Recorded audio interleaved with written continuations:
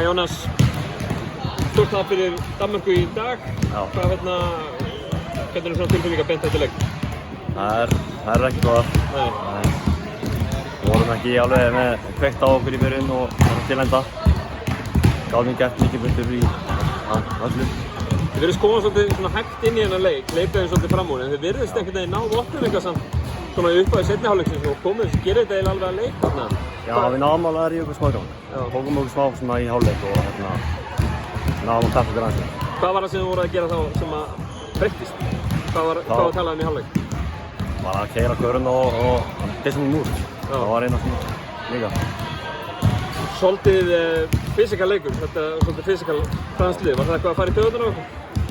Já, ég held það. Það var líka með dómarana líka, en það var bara mjög fysikal leikur.